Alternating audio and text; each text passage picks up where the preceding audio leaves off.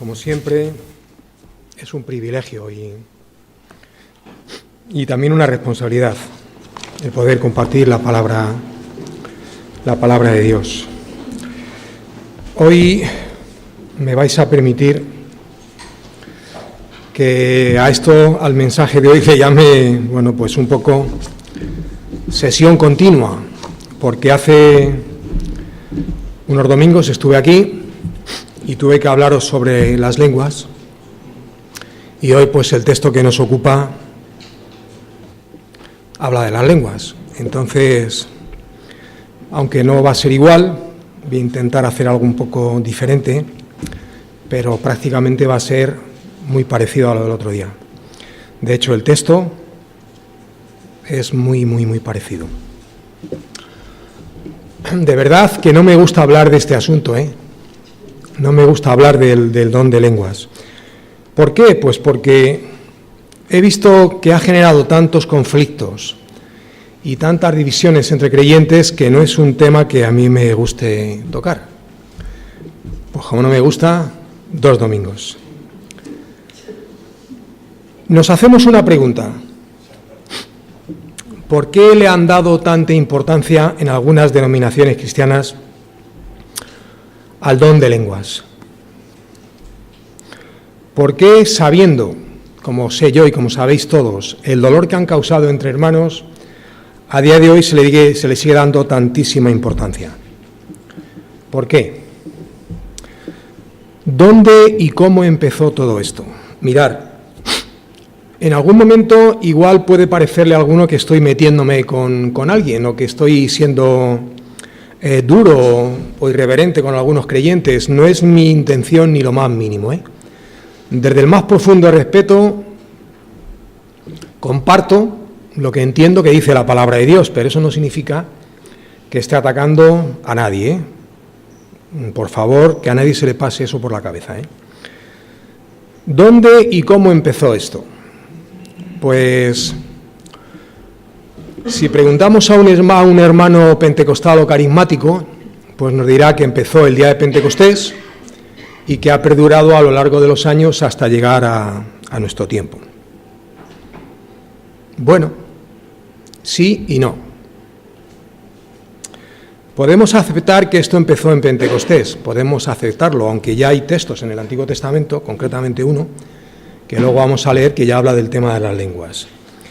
¿Y que ha perdurado a lo largo de los años? Pues también sí y no, porque durante muchísimo tiempo a nadie en la Iglesia de Jesucristo le ha importado el asunto de la lengua ni lo más mínimo. Y no estoy hablando de 1 año, ni de 2, ni de 3, siglos, sin hacer ni la más mínima mención al tema de las lenguas. Durante muchos años, durante siglos, los concilios de la Iglesia han ido tratando asuntos que nos preocupaban y que no entendíamos bien y que había que abordar. Sobre el tema de las lenguas en esos concilios, ni una palabra. Absolutamente nada. Ni una palabra. En el siglo II sabemos que hubo un señor llamado Montano, voy a decir un tanto singular. Este señor decía que el mismísimo Espíritu Santo hablaba por sus labios y que sus escritos eran igual de importantes que los escritos de Pablo. Y como no podía ser de otra manera, pues también dijo hablar en lenguas. La Iglesia, a él y a sus dirigentes, a los montanistas, los declararon herejes. En el siglo IV, Crisótomo dijo que las lenguas habían cesado hacía mucho tiempo. Uno de los padres de la Iglesia, alguien bastante importante. En los mismos tiempos prácticamente, Agustín de Hipona, San Agustín, uno de los teólogos más grandes que hemos tenido, dijo lo mismo: las lenguas han cesado. Una pregunta que hemos de hacernos: ¿los grandes reformadores qué dijeron sobre las lenguas? Absolutamente nada. Escribieron montones de tratados, comentarios a montones de libros de la Biblia, etcétera, etcétera. Sobre el don de lenguas, que yo sepa, ni una sola palabra. John Hus, Martín Lutero, Juan Calvino, Ulrico Zwinglio, Guillermo Farel, Bucero, Melacton, Ecolampadios, etcétera, etcétera. Ni una sola palabra. Los reformadores españoles, Francisco de Encinas, gente muy respetable, Juan Pérez de Pineda, Juan de Valdés, Antonio del Corro, Casiodoro de Reina, Cipriano de Valera, Julián Hernández y una lista interminable. Ni una palabra sobre el asunto de las lenguas, ni una sola. En el siglo XVII, algunos grupos cuáqueros empezaron a tontear con este asunto de las lenguas. Y he de decir, con todo el respeto del mundo, que eran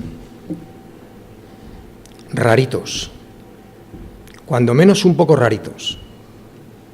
Algunos entraban en trance en sus reuniones, y en algunas de sus reuniones ponían unos cajones grandes de madera llenos de serpientes venenosas, de las que podéis encontrar en Norteamérica, víbora mocasín, serpientes de coral, la famosa serpiente de cascabel, la crótalo diamantino.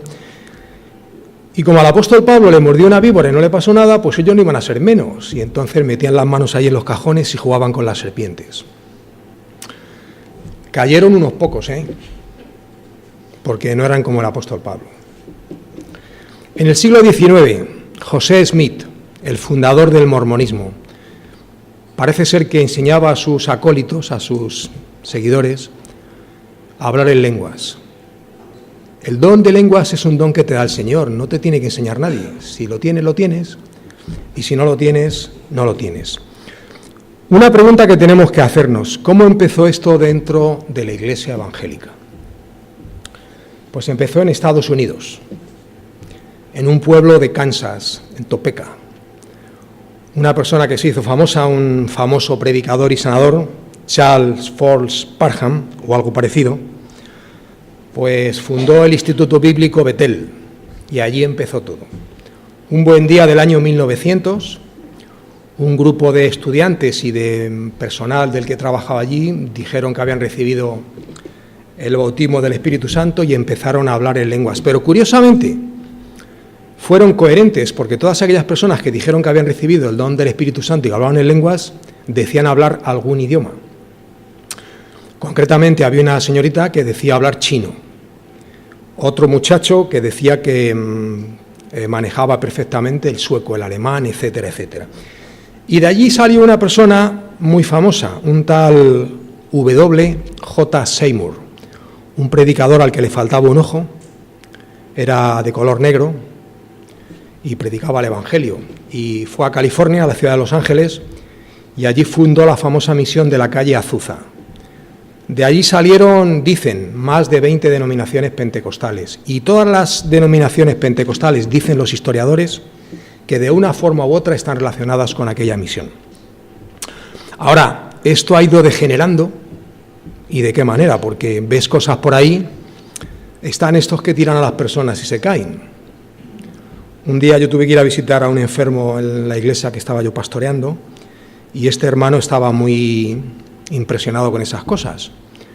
Y entonces el hombre pues empezó a contarme todas esas cosas, y yo en un momento de la conversación le dije pues que dónde encontraban en la Biblia algún ejemplo de alguien que practicase algo parecido a aquello. Y me dijo, hombre, el apóstol Pablo.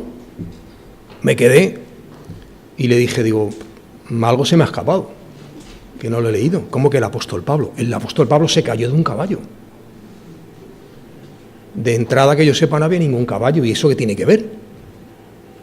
Y no contento con eso, me puso otro ejemplo. ¿Y aquel que se cayó de la ventana cuando Pablo predicaba? Bueno, pero la Biblia dice que es que el hombre se durmió y se cayó. No. Se cayó porque el Espíritu... Bueno, pues vale, con todo el respeto del mundo, pues están los que empastan muelas, que también es algo singular, Hace unos años me dejaron un vídeo de un hermano de aquí de Madrid, se llama Epi, y soplaba, y la gente que estábamos viendo la televisión al otro lado recibíamos el aceite de la unción y oro, que es una manifestación del Espíritu Santo. Pues con todo el respeto del mundo, pues se queda uno un poco extrañado. Las risas como manifestaciones del Espíritu Santo, iglesias en las que entras y hay 100 personas tronchándose de risa, tirándose por los suelos. porque es una bendición que han recibido del Espíritu Santo. La bendición de Toronto, que ya es rizar el rizo. Hace años asistí a la Plaza de Toros de las Ventas a una campaña evangelística de un señor llamado Reinhard Bonnke o algo parecido, que creo que había resucitado a 2 o 3 personas en África, lo que llaman el evangelismo con fuego.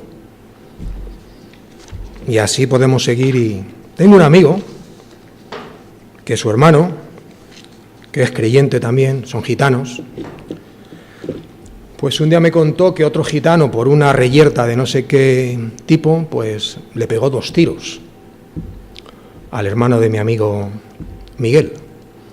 Y tiene guardada la camisa. Yo no he llegado nunca a ver la camisa, pero los gitanos de su iglesia veneran esa camisa. ¿Y de qué manera? Porque parece ser que tiene los 2 agujeros de entrada por aquí y los 2 agujeros de salida por allí, pero yo no la he visto, ¿eh? Y él, claro, son cosas que...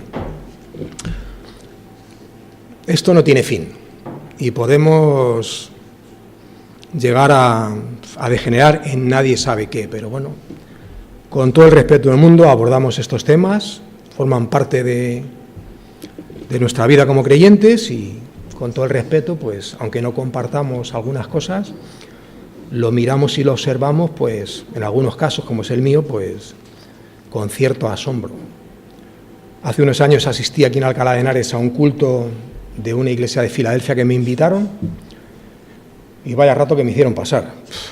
Aquello no sabría ni cómo denominarlo, porque estaban hablando en lenguas todos, chillando. Me colocaron uno aquí, otro aquí, y a cuál de los 2 chillaba más, y yo no sabía ni qué hacer. Pasé un rato incomodísimo. Bueno, vamos a leer el texto que tenemos en esta mañana. Primera de Corintios, capítulo 14.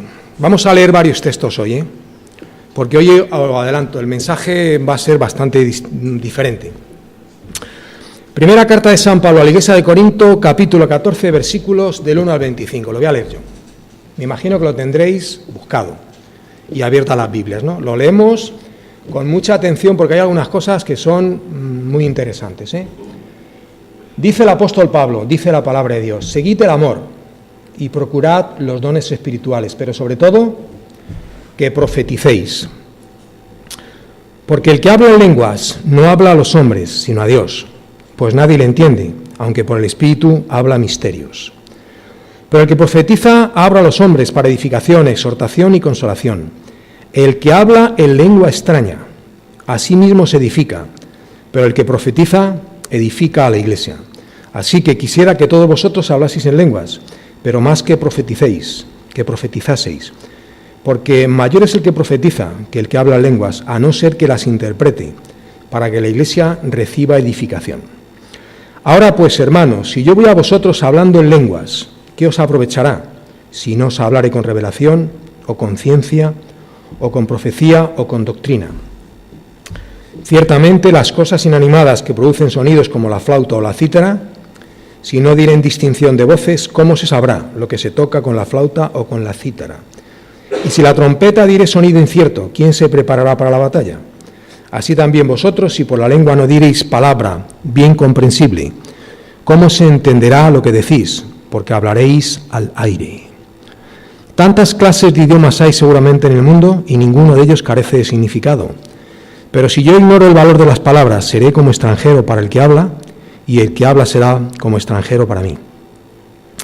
Así también vosotros, pues, que anheláis dones espirituales, procurad, abundad en ellos para edificación de la iglesia, por lo cual el que habla en lengua extraña, pida en oración poder interpretarla. Porque si yo oro en lengua desconocida, mi espíritu ora, pero mi entendimiento queda sin fruto. ¿Qué pues? ¿Oraré con el espíritu, pero oraré también con el entendimiento? ¿Cantaré con el espíritu, pero cantaré también con el entendimiento? Porque si bendices solo con el espíritu, el que ocupa el lugar de simple oyente, ¿cómo dirá el amén a tu acción de gracias? Pues no sabe lo que has dicho. Porque tú a la verdad bien das gracias, pero el otro no es edificado. Doy gracias a Dios que hablo en lenguas más que todos vosotros.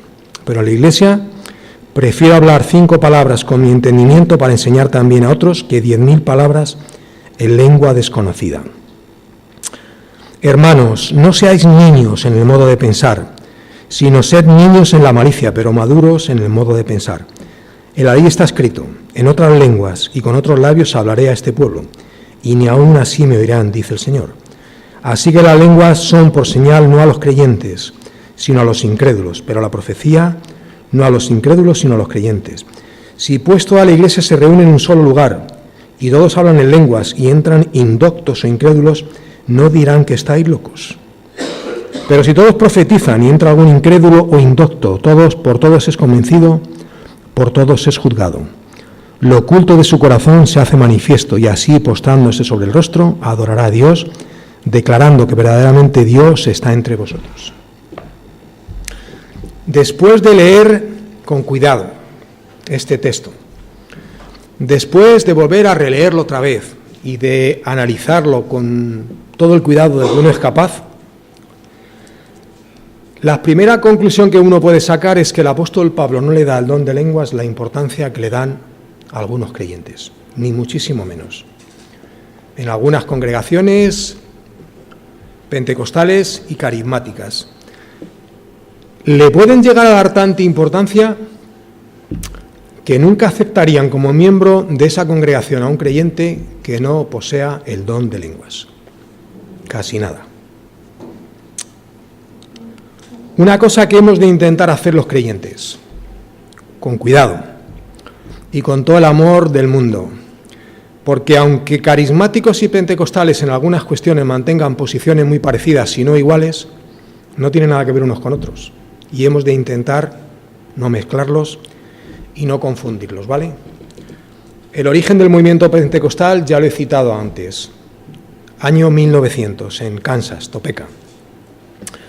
El movimiento pentecostal tiene 50 y tantos años más de vida que el movimiento carismático. Y en mi humilde opinión tienen doctrinas más fáciles de entender y mejor fundamentadas en base a lo que enseña la palabra de Dios, independientemente de que estés o no estés de acuerdo con ellas, ¿vale? El origen del movimiento carismático, año 1956, Estados Unidos también. Un buen día, un pastor de una iglesia episcopal, de nombre Dennis Bennett, desde un púlpito como este, pues le comentó a su iglesia que había recibido del Señor el don de lenguas.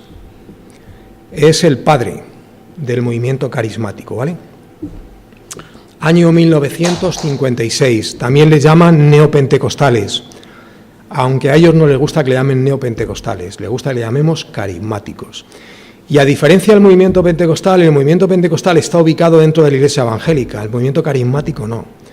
Hay carismáticos católicos y carismáticos protestantes. Los carismáticos católicos, yo tendría dificultad para saber en qué no coinciden con nosotros, porque tienen el mismo celo por la palabra de Dios que tenemos nosotros, tienen una vida espiritual, mantienen una relación con el Señor, cantan algunas de nuestras canciones, pero están dentro de la Iglesia Católica. Una parte importante de la Iglesia Católica intentó excomulgarlos y echarlos. Pero yo creo que les sirvió de experiencia el tema de la Reforma y ahí están. Y dentro de la Iglesia Católica hay gente que está encantada con que estén allí y otros que no los quieren ni ver, ¿vale? A eso lo llaman la segunda ola, año 1956. Y hay una tercera ola, lo que llaman el movimiento Viña, el movimiento de señales, sanidades y prodigios, evangelismo de poder, etcétera, etcétera. Esa sería la tercera ola. Por favor, intentar no confundir a los pentecostales con carismáticos, ¿vale? Y acordar que pentecostales son evangélicos y carismáticos hay evangélicos y católicos. Y hay en esta iglesia una familia que tienen una persona que pertenece a un grupo carismático católico. Y ahora vamos a leer algunos textos que han ayudado a estos hermanos, a los que amamos, a llegar a las conclusiones que han llegado. Si no todos, son los textos, creo, más importantes en los que ellos apoyan sus doctrinas. ¿Quién tiene, por favor, Isaías 28, del 1 al 13? Ay de la corona de soberbia de los ebrios de Efraín y de la flor caduca de la hermosura de su gloria, que está sobre la cabeza del valle fértil de los aturdidos del vino. He aquí, Jehová tiene uno que es fuerte y poderoso, como turbión de granizo y como torbellino trastornador. como hice tus regias aguas inundan, con fuerza de arriba a tierra. Con los pies será pisoteada la corona de su regia en los ebrios de Efraín, y será la flor caduca de la hermosura de su gloria que está sobre la cabeza del valle fértil, como la fruta temprana, la primera del verano, la cual apenas la ve que la mira, se la traga tan luego como la tiene a mano.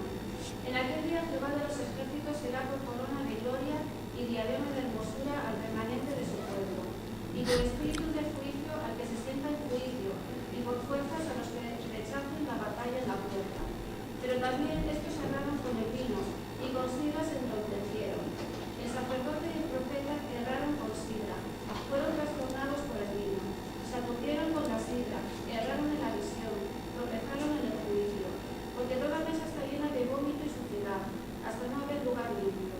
¿A quién se enseñará ciencia, o a quién se hará entender doctrina? ¿A los respetados? ¿A los arrancados de los techos? Porque mandamiento tras mandamiento, mandato sobre mandato, renglón tras renglón, línea sobre línea, un poquito allí, otro poquito allá, porque en lengua de tartamudos y en extraña lengua hablará este pueblo. A los cuales él dijo: este es el reposo, dad reposo al cansado, y este es el refrigerio, mas no quisieron oír.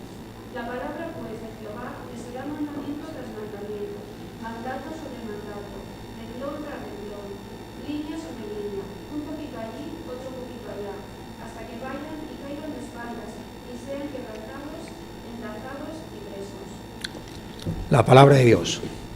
Honestamente, ¿habéis entendido algo? Es un texto complicadillo, difícil de interpretar y un tanto enigmático. Intento resumirlo.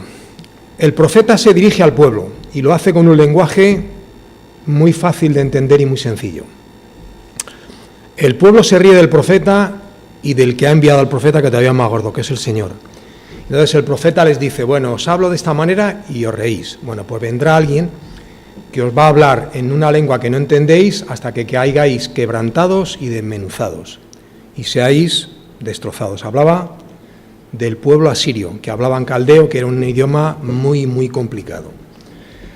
Bien, los hermanos que le dan tanta importancia al tema de las lenguas dicen que este texto, concretamente el versículo 11, dicen que las lenguas son una bendición para la Iglesia. Yo ahí, sinceramente, y con todo el temor del Señor posible, no veo que haya ninguna bendición para la Iglesia por ninguna parte. Lo que estoy viendo es que las lenguas son señal de juicio y de castigo, ¿vale? Para los judíos. Y el texto, resumiéndolo muy mucho, dice: os hablo de manera fácil de entender y os reís, y me contestáis con balbuceos. Pues vendrá un pueblo que os hablará en balbuceos hasta que caigáis quebrantados, desmenuzados, etcétera, etcétera, etcétera. Este texto enseña, en mi opinión, que las lenguas son una señal de juicio y de castigo. Ellos dicen que una bendición. Bueno, pues vale, lo respetamos. Las lenguas no son para la Iglesia. El apóstol Pablo cita Isaías 28, que es el texto que ha leído Susana, y dice, en el texto que antes he leído yo: en la ley está escrito: en otras lenguas y con otros labios hablará este pueblo, y ni aun así me oirán. Así que las lenguas no son señal a los creyentes, sino a los incrédulos.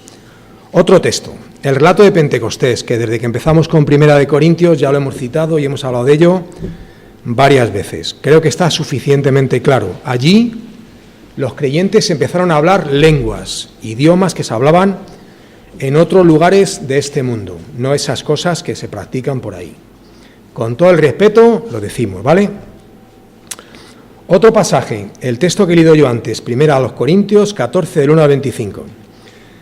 En este pasaje el apóstol Pablo escribió 2 veces esta frase: lengua extraña, que tendríamos que analizar detenidamente si en el original está de esa manera, pero bueno, vamos a darlo por bueno. Lengua extraña, ya está el lío montado. ¿Qué será eso de lenguas extrañas?, dicen algunos. ¿Será el idioma que se habla en otros mundos? ¿Será el idioma que hablan en otros planetas? ¿Será el idioma de aquellos gigantes que había en el Antiguo Testamento? Auténtica ciencia ficción. Y la Biblia no es un libro de ciencia ficción, ¿vale? Es cierto que Pablo escribió 2 veces lengua extraña, pero también es cierto que aparece 2 veces a continuación que escribió Lengua desconocida. Y con lengua desconocida no tenemos ningún problema, pero con lengua extraña sí, porque a eso de lengua extraña le damos un tufillo raro y el morbo empieza a correr de acá para allá. ¿Y qué será eso de la lengua extraña? Pues lo mismo que una lengua desconocida. Para mí el euskera es una lengua extraña y una lengua desconocida, porque no tengo ni idea de euskera, ya está, nada más que eso. Y no hay que darle más vueltas, y no hay que especular, y no hay que buscarle 3 vueltas a las cosas, porque eso no tiene fin. ¿Alguien tiene por ahí 1 Corintios, capítulo 13, versículo 1? ¿Lo puede leer, por favor? Si yo hablase lenguas humanas y angélicas y no tengo amor, vengo a ser como el metal que resuena y el símbolo de reino. Lenguas angélicas, otro lío montado. ¿Qué serán las lenguas angélicas? Pues yo no tengo ni idea. Y como yo, montones de comentaristas y montones de teólogos que se han metido en este asunto y que podemos especular mucho, pero que no sabemos lo que es. Yo he leído la Biblia algunas veces.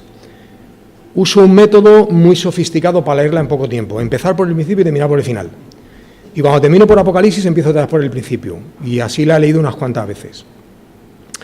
Hay muchos pasajes en los que vemos que hay ángeles que se aparecen a personas y les hablan y esas personas les entienden. Entonces, yo no sé lo que son las lenguas angélicas y no me voy a comer la cabeza con eso, porque es que los ángeles hablaban de manera que las personas les entendían. Ya está. Y el último texto, Marcos 16, del 14 al 19.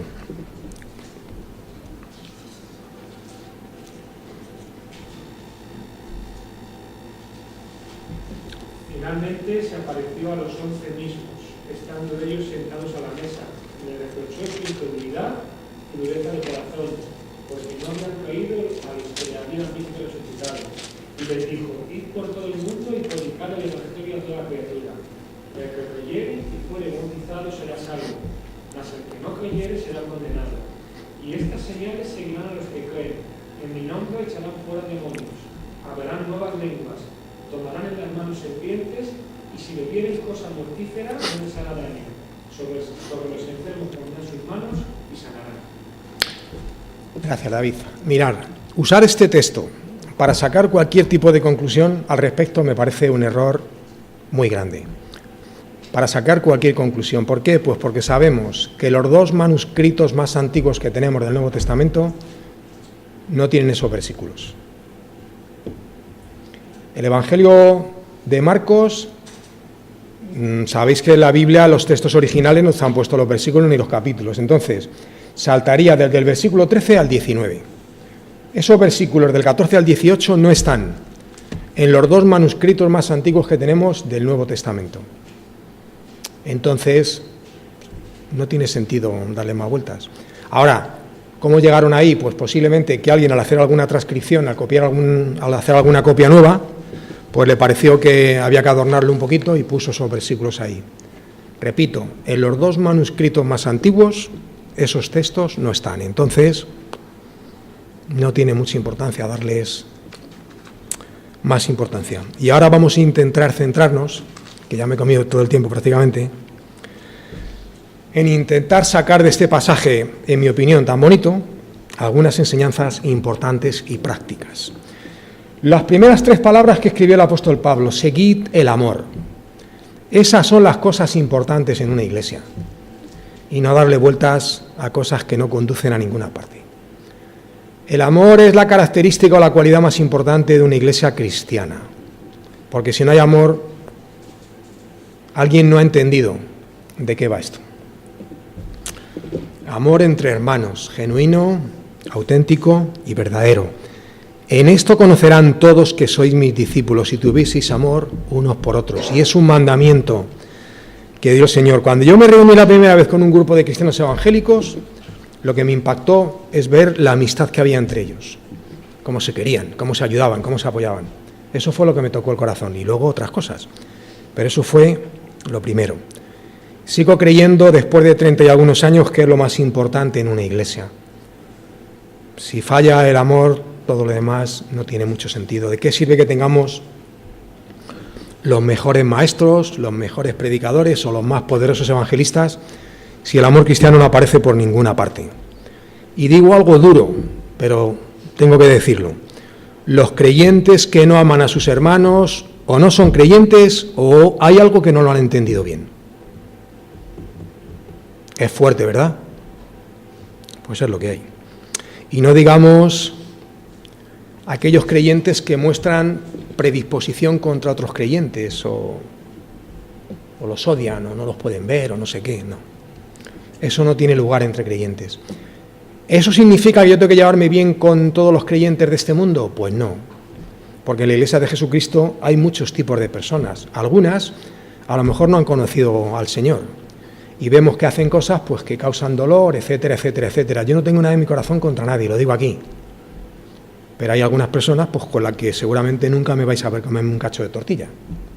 ¿Por qué? Pues porque han dado muestras de una laxitud moral tremenda y pues yo no tengo nada contra ellos. Si me piden ayuda se la doy, toda la que haga falta, pero a lo mejor no les amo como a otros. Hace unos días una hermana, que fue una de mis ovejas en una de las iglesias en las que he estado, me comentaba que una persona a la que yo conozco le había tirado los tejos. La verdad es que me quedé extrañado, pero luego, después de pensarlo, pues tampoco me sorprendió, porque a ese hermano yo le sorprendí en cosas muy feas. Y la hermana esta, cuando le dijo lo otro que le gustaba, le dijo, pues mira, yo estoy casada, tú estás casado y además a mí tú no me gustas, así que... Mirad, hermanos, hay que cuidar de la Iglesia. Y cuidar de la Iglesia es responsabilidad de todos, ¿eh? Lo más importante es el bien de cada creyente, pero también el bien de la Iglesia, de la comunidad, y eso es tarea que nos atañe a todos nosotros, ¿vale? Una cosa importante de este capítulo 14 de primera de San Pablo a los Corintios. El apóstol Pablo escribió 9 veces, que me he entretenido en contarlas, la palabra iglesia. Eso es una muestra clara e inequívoca de la preocupación que tenía Pablo por la iglesia de Corinto. Pues bien, esa preocupación que tenía Pablo por la iglesia de Corinto y por la iglesia del Señor en general, la iglesia de Éfeso, la de Galacia, etcétera, etcétera, es algo que debe de haber en el corazón de cada creyente, la misma carga por la iglesia del Señor, por cada miembro de cualquier iglesia local, ¿vale? Y hay que preocuparse por los hermanos, pensar en ellos. Cuando pensamos en otros, pensamos un poco menos en nosotros mismos. Cuando oramos por otros, pues nos preocupamos menos de nuestros problemas y de nuestras cuitas, ¿no? Cuando dedicamos tiempo a la edificación de otros, igual nos preocupa un poquitín menos nuestra propia edificación.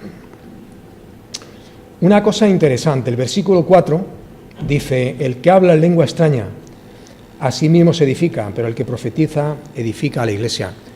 Los hermanos que le dan tanta importancia al don de lenguas usan este texto para justificar el uso en privado de las lenguas. Repito lo que dije antes, la palabra iglesia se encuentra 9 veces en este capítulo. Evidencia clara de que el apóstol Pablo no está hablando del devocional de ningún creyente en privado, en su habitación encerrado, está hablando de la vida de la iglesia, ¿vale? Y el apóstol condena muy claramente el empleo de las lenguas cuando no tengan como resultado el ayudar y el edificar a otros creyentes. El amor piensa en los demás y no tanto en uno mismo, ¿vale? Si el don de lenguas o cualquier otro don sirve para que tú te pienses que eres mejor que otros y no te preocupes por la edificación de la iglesia, no tiene mucho sentido, porque el Espíritu Santo reparte dones y los reparte, lo hemos dicho muchas veces ya, para provecho de la iglesia. Y la vida de la iglesia es una responsabilidad de cada uno de nosotros, de todos y cada uno. ¿Qué puedo hacer yo para colaborar en la edificación, en el crecimiento de la iglesia? Hay trabajo para todos y aún más, para todos los que quieran ayudar. Y hay ministerios en los que pueden servir todos los creyentes. Y si hay algunos ministerios que hay que poner en marcha, se pondrán. Pero hace falta mano de obra. Toda la que tengamos es poca. Os cuento una cosa. Mi mujer, mis hijos y yo hemos estado integrados en 3 iglesias desde que Manuel y yo nos convertimos al Señor. Estuvimos 21 años en la iglesia Cristo Vive. Allí nos convertimos en una reunión de matrimonios aceptamos al Señor. Bueno, Manoli lo hizo un mes después. Allí nos discipularon, nos bautizaron y allí servimos y crecimos durante 21 años. De allí salimos para ir a la iglesia Alfa y Omega, porque nos llamaron para que echáramos una mano en la pastoral y estuvimos sirviendo allí a pleno tiempo 10 años y ahora estamos aquí con vosotros. Yo algunas veces pienso en las 3 iglesias que he tenido y las veo muy diferentes en algunas cosas, pero muy parecidas en otras. No quiero que nadie se siente incómodo, de verdad. Las 3 iglesias que yo conozco por haber sido miembro de ellas, funcionaban las 3 porque en las 3 había un pequeño grupo de hermanos que tenían que trabajar bastante y que tienen que trabajar para que todo funcione. Las 3. Si esos hermanos aflojan, las iglesias empiezan a detenerse algunas cosas. Y ahora hablo concretamente de aquí. Si el grupo fuese un poquito más numeroso, el trabajo estaría mejor repartido. ¿A que sí? A mí me duele especialmente ver que hay algunas personas que se pierden todos los domingos las predicaciones, porque no hay suficientes maestros de escuela dominical. Una tarea para todos: orar. Orar sin cesar, en cualquier momento, en cualquier lugar, a cualquier hora. Orar por todas y cada una de las familias de la Iglesia, especialmente aquellas que vemos que no les vemos con tanta frecuencia. Orar por los niños, que viendo las cosas que pasan en este mundo en el que vivimos, a mí se me encoge el corazón, y me imagino que a todos vosotros. Orar por los adolescentes, por los jóvenes que están en una edad complicada. Orar por todos y cada uno de los miembros de la congregación. Orar por los pastores y por sus familias, que están un poco más expuestas que el resto de los miembros a los ataques y a los dardos del enemigo. Y una recomendación: os animo a que de vez en cuando pongáis las rodillas en el suelo, que es muy bueno. El Señor tenía 3 o 4 hermanos varones. Uno le conocemos bien, Santiago, Jacobo. Le llamaban rodillas de camello. Dice una tradición muy antigua que tenía las rodillas deformadas por la cantidad de horas que pasaba el pobrecito de rodillas orando. Pues yo no quiero que a vosotros os pase lo mismo, que se os deformen las rodillas, pero os digo que ponerlas de vez en cuando en el suelo es muy bueno. Orar de rodillas delante del Señor. Orar por la Iglesia para que la Iglesia crezca en número, que ganemos almas para el Señor.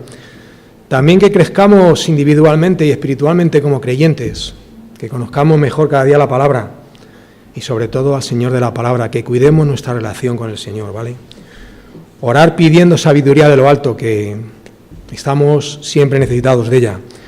Si alguno de vosotros tiene falta de sabiduría, pídala a Dios, el cual da a todos abundantemente y sin reproche, y le será dada. Esto lo escribió el hermano del Señor, el que oraba de rodillas. Orar pidiendo ayuda cada día para vivir en justicia y en santidad, que no es fácil en este mundo, y también firmeza para soportar las cosas que tenemos que soportar todos los días. Y orar y trabajar para descubrir vuestros dones, que el Señor os los ha dado para la edificación de la Iglesia, y algunos, hasta que no os pongáis a trabajar, no los vais a descubrir. Y si estáis haciendo una cosa que no os satisface plenamente, igual es que ese no es tu don y tienes que empezar a buscar por otro sitio. Voy a intentar resumir esto lo más rápido que pueda, ¿vale? Los versículos del 1 al 25. Una cosa que hemos de tener clara, por favor: el apóstol Pablo no condena el uso del don de lenguas. Yo no quiero entrar en si están vigentes o no están vigentes.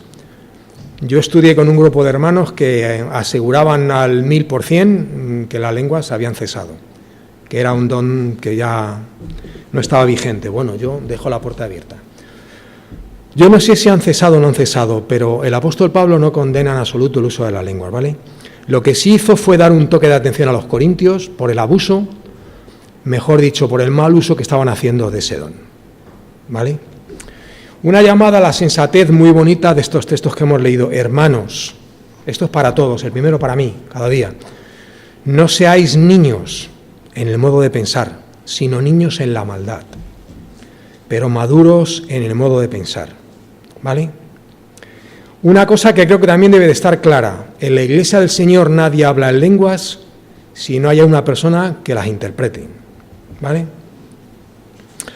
Otra cosa que también tiene que dar clara, que creo que después de todo lo que hemos hablado, especialmente yo, me imagino que estará claro: el don de lenguas bíblico nada tiene que ver con esas cosas que se ven por ahí, ¿vale? Son lenguas, es decir, idiomas que se hablan en alguna parte de este mundo. Me da lo mismo que sea el chino, el japonés, el sueco, el suajili, el que quieras, pero son idiomas que se hablan en el mundo. Lo otro no tiene nada que ver con el don de lenguas del que habla la Biblia, por mucho que otros hermanos a los que respetamos y queremos se esfuercen en demostrarnos. No. Dice el apóstol